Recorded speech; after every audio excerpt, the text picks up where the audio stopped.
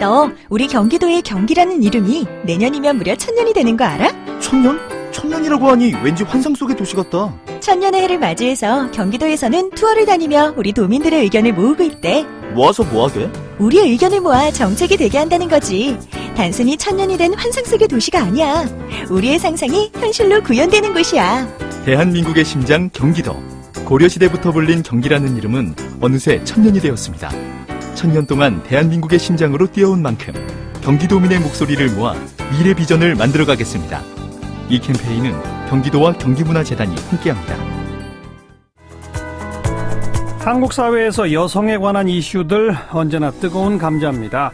한샘, 또 성심병원 사태 같은 직장 내 성희롱 성폭력 문제, 저출산 대책, 낙태죄 폐지 논란, 요 사이는 또 여혐, 남혐 논란, 이런 것들 결코 여성만의 문제는 아니죠. 하지만 여성들의 인권, 또 여성들의 삶의 질과 직접적으로 관련된 문제라는 것은 명확한 사실인데요.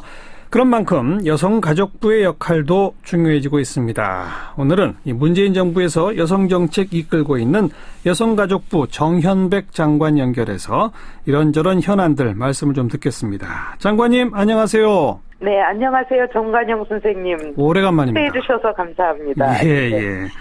7월에 취임하시고 이제 한 5달 됐어요. 그죠? 네네. 눈코 뜰 새 없이 바쁘시죠? 네, 그렇습니다. 간단히 소회 한 말씀 해주시면요. 그 문재인 대통령께서 페미니스트 대통령을 선언하고 출발하셨고, 네. 내각의 여성 비율도 31.4%로 올라갔고요. 이거는 국정운영의 핵심 가치가 성평등이다라는 것을 드러내는 것이고요. 예. 또 다른, 그래서 굉장히 중요한 전환기인데, 또 다른 한편으로는 이것은 이제 국가 생존 전략으로서 성평등을 얘기하고 여성가족부의 역할이 중요해졌다는 얘기거든요. 예. 그래서 사실은 시간이 지날수록 더 마음의 부담과 책임감이 커지고 있는 것 같습니다. 예. 특히 여성가족부는 정책 영역은 광범하고 가치도 많아서 작은 예산과 인력으로 우리 여성가족부 식구들이 굉장히 고생을 하고 있어요. 예, 예. 하지만 저희 역할은 정책의 사각지대, 특히 소외받고 있는 사람들을 위한 내실 있는 정책을 펼치는 일이어서요. 예. 여성가족부 역할이 중요하다고 생각하고 열심히 노력하겠습니다. 네.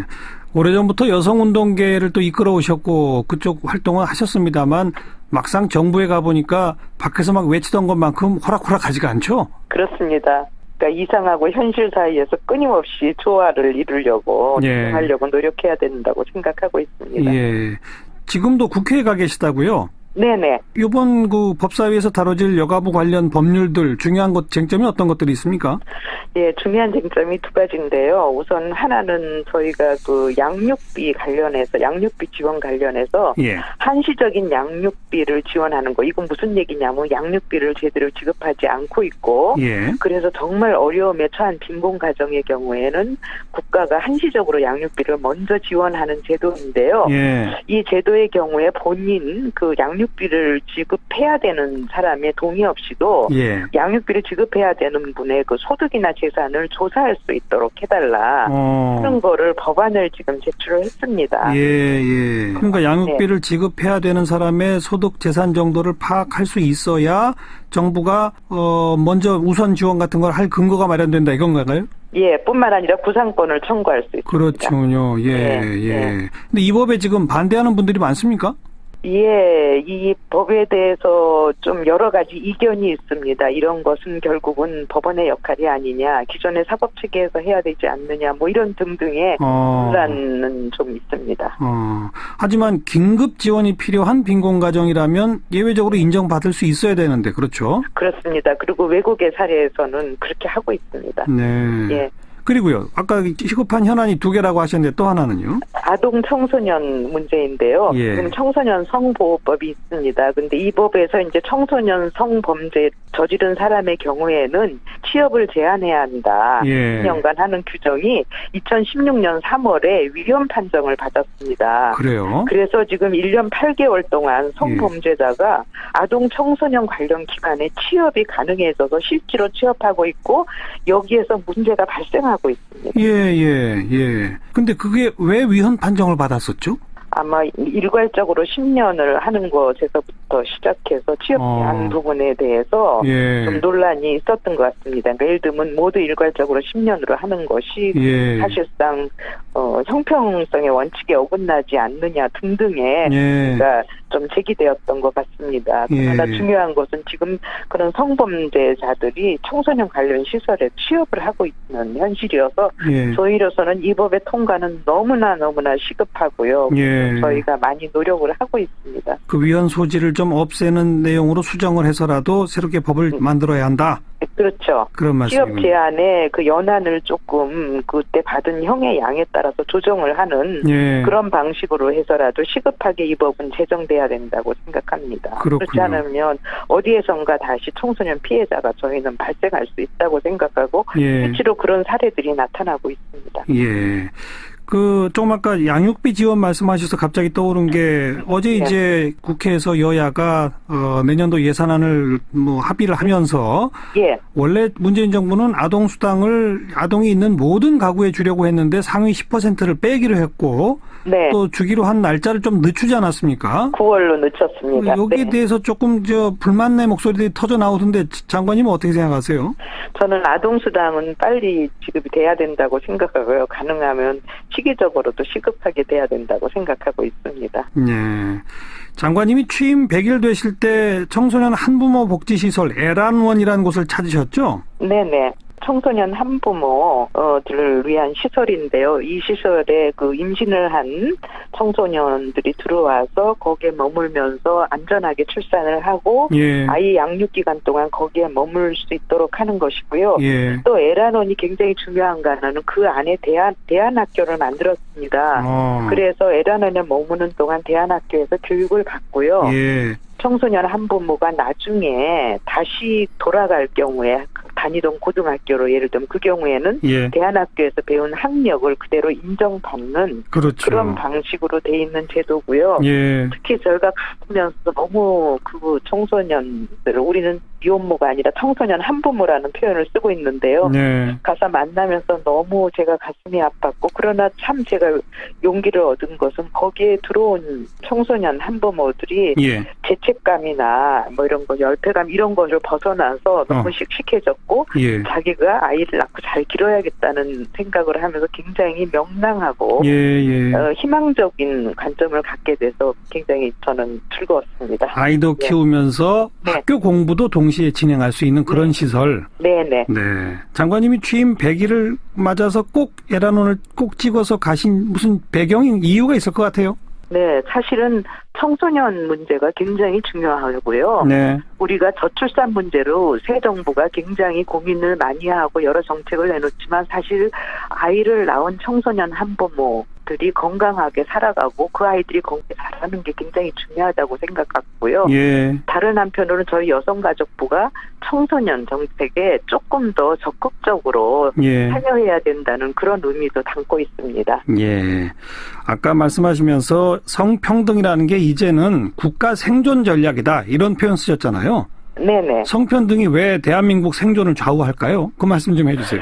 저는 지난 9월 6일 날 IMF 총재인 라가르드치가 한국에 오셨을 때 강연을 했는데요. 그때 어떤 말씀을 하셨냐면 여성 고용이 늘어나면 한국의 GNP가 10% 이상 올라갈 거다 하는 얘기를 하셨는데 결국은 경력 단절 여성의 문제를 보면은요. 안정적인 일자리가 사실상 저출산을 극복하는 데도 굉장히 중요하고요. 저희가 경제성장을 달성하는 데도 굉장히 중요하다고 생각해서요. 저는 국가의 생존 전략이라고 생각하고 있습니다. 그렇죠. 최근에 성평등 보이스라는 게 출범했다고요? 그게 뭡니까? 성평등 보이스가? 저는 성평등은 여성의 힘만으로는 안 되고요. 남성이 함께 참여해야 한다고 생각하고 있습니다. 유엔은 이미 남성과 소년들이 참여해야지 실질적인 성평등이 가능하다고 생각해서 He for She 정책도 하고 있습니다. 그래서 저희 여성가족부도 성평등을 지지하는 남성들 46명이 모여서 만들었고요. 남성들이 모인 게 성평등 보이스예요? 그래서 이분들이 신문, 칼럼, 기고도 하고 인터뷰도 하고 방송에도 나가시고 해서 저희들을 굉장히 지원하고 있고 저희에게 큰 힘이 되고 있습니다. 그래서 성평등은 남성과 함께 함께 네. 저희는 이렇게 모토로 내세우고 있습니다. 네. 그런데 여전히 뭐 직장 내 성희롱, 성폭력 참 심각합니다. 정부에서는 우선 공공부문에서부터 제대로 좀 성희롱 방지해 보자라고 공공부문 성희롱 방지 대책을 발표하셨는데 그 핵심 내용이 뭐죠? 저는 과거의 공공부문 성희롱 방지 대책하고는 굉장히 다른 과감한 정책이라고 생각을 하고요. 대통령께서 직접 지시하고 범정부 차원의 대책이 마련된 것은 처음 있는 일인데요. 가장 과거와 달리 중요한 건 첫째, 피해자가 적극적으로 신고할 수 있는 시스템을 구축하겠다. 메일을 통해서도 할 수 있고 이런 방식으로요. 전산망을 통해서도 할 수 있게 하는 것이고요. 두 번째는 피해자에게 불리한 조치가 취해졌을 경우에는 기관장의 책임을 묻겠다. 기관장이 처벌받을 수 있는 거죠. 다양한 방식으로. 그다음에 세 번째는 피해자가 신고를 한 후에 2차 피해가 발생합니다. 요번에 한센기업에서도 전형적으로 나타났는데요. 신고한 후에 괴롭힘을 당하는 거죠. 그렇죠. 2차 피해 발생에 대해서는 보다 적극적인 조치를 하거나 정책을 취하겠다는 것이 과거와는 달라진 점이라고 저는 생각하고 있습니다. 네. 그냥 과거에 있었던 성희롱 방지에 있어서는 미처 보지 못했던 피해자가 신고를 하는 게 주저되거나 신고한 후에 불이익을 받는 거기에 초점을 맞췄다 이 말씀이로군요. 네. 그래야 여성들이 안심하고 신고할 수 있고 알겠습니다. 고용관계도 계속 유지할 수 있고 저는 그렇다고 생각합니다. 먼저 이런 걸 통해서 공공부문부터 좀 모범을 보여주시기 바라고. 또 오늘 모신 김에 최근에 좀 뜨끈뜨끈한 현안 가운데 낙태죄 폐지 부분에 대해서 장관님 어떤 의견 가지세요? 낙태죄 폐지 부분에 대해서는 저는 찬성이냐 폐지냐를 가지고 이분법적으로 논란을 하는 것은 저는 굉장히 바람직하지 않다고 생각을 하고요. 낙태죄 폐지와 관련해서 일단 중요한 거는 여성의 건강입니다. 많은 여성들이 불법 낙태나 시술 같은 걸 통해서 여성 건강이 훼손되고 그건 결국은 다시 출산을 할 수 있는 능력에도 문제가 생기고 그런 부분을 막는 것이 일단 중요하다고 생각하고요. 그렇다면 정책적으로 여성 건강에 중심을 두면서 얘기를 하면서 낙태와 관련한 다양한 조건들을 좀 검토를 해본다든가 하는 방식으로 해야 되는데 일단은 먼저 좀 정교하게 실태 조사를 하고요. 거기에 대한 대응 방안을 좀 외국의 사례를 보면서 조금 연구를 하면서 상세한 정책 방안을 제시하는 것이 저희가 진행해야 할 일이라고 생각하고 있습니다. 그리고 요즘 인터넷 공간 이런 데를 중심으로 여성 혐오 논란, 반대로 남성 혐오 논란 이런 약간 전쟁 같은 분위기들이 펼쳐지지 않습니까? 이런 현상 장관님 어떻게 보시고 혹시 여기에 대해서는 정부가 할 역할은 없을까요? 어떻게 생각하세요? 저는 그런 부분에 대해서요. 저희는 여성가족부가 수동적으로 대응할 것이 아니라 좀 적극적으로 대응하자고 생각하고요. 그래서 제가 취임하면서 바로 성평등 문화 TF를 구성을 해서 여성과 남성 서로에게 말 걸기 라는 것부터 시작을 해서요. 나아가서는 성평등 문화를 우리가 바꿔가야 되고 성평등 문화를 바꿔가기 위해서는 여성가족부가 담론의 창조자가 돼야 되고 그래서 여성가족부가 남성과 여성과 남성의 대화뿐 아니라 바로 평등하게 공존할 수 있는 그런 담론을 만들어가는 역할을 하려고 생각을 하고 있습니다. 최근에 마녀의 법정이라는 드라마는 여성가족부도 지원을 했는데요. 이 마녀의 법정이라는 드라마를 통해서 사실은 성범죄, 그거로 인한 피해자의 고통 부분이 굉장히 많이 알려졌고 국민들이 공감을 하고 있다고 생각해서요. 또좀 를 통해서 성평등 문화를 확산하는 노력을 하겠습니다. 그래요. 공중파 방송의 드라마 같은 것 정말 효과가 크죠. 네, 굉장히 인기 있는 드라마입니다.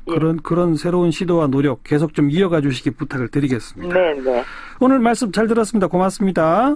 감사합니다. 네, 여성가족부의 정현백 장관 함께 만났습니다.